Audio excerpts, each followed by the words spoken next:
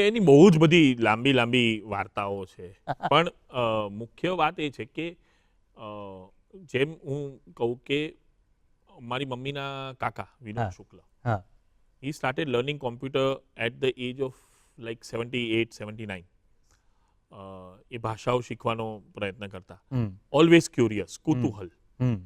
એવી રીતે એક AR રાવ, મારા પપ્પાના પ્રોફેસર હતા, એ 102 વર્ષ જીવેલા, પણ ગણિતજ્ઞ, અને એમને એમના વિષયમાં એ છેક સુધી એવા તો રત રહ્યા કે એમના મોઢા પર, શરીરમાં, મનમાં તો ક્યારેય એમની ઉંમર દેખાઈ જ નહીં. અરે વાહ.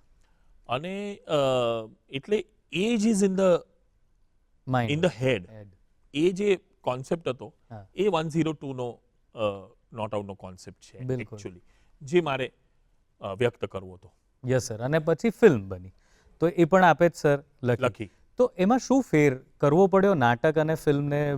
ના, અમે લોકો ફિલ્મ જ્યારે કન્સીવ કરી, એટલે બચ્ચન સાહેબને જ્યારે સંભળાવી વન લાઈન, ત્યારે એમને બહુ જ ગમી ગઈ. અને પણ હું બહુ ક્લિયર હતો પહેલેથી કે આ નાટકનો વિષય એટલો ફેન્ટાસ્ટિકલ છે, એટલો બધો કાલ્પનિક છે, એ રિયલ નથી. વેલકમ જિંદગી જેમ એકદમ રિયલ નાટક છે, એવું આ એક થિયેટ્રિકલ એક્સપિરિયન્સ છે. તો આનું જે નાટ્ય તત્વ છે એને આપણે જીવતું રાખવું જ પડશે. તો એ એક બહુ ક્લેરિટી હતી. એટલે એમાં ફિલ્મની અંદર જે બહુ જ વખણાયા એ બધા સીન્સ નવા લખેલા છે.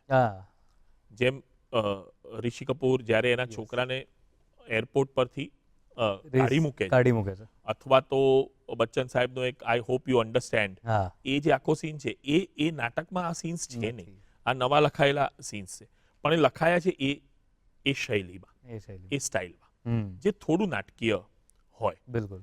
એની વિપરીત જે ફાડું જે વેબ શો મેં લખ્યો સોની લીવમાં, તો એ એકદમ જ રિયલ છે. તો એમાં સાવ જુદા પ્રકારનું લખાણ છે. એટલે હું કાયમ હંમેશા મને એવું કહેતા હોય, મારા વર્કશોપ્સમાં કહેતો હોઉં છું કે ઘણા એવું પૂછતા હોય છે કે નાટક અને સિનેમા એ લખવામાં ફેર શું છે.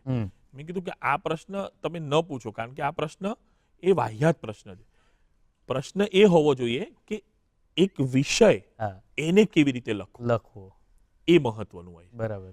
કારણ કે અલ્ટિમેટલી નાટક, સિનેમા બંનેમાં કહેવાની હોય છે વાર્તા. તો કઈ વાર્તા છે અને એ કેવી રીતે કહેવાય છે, એ મહત્વનું છે.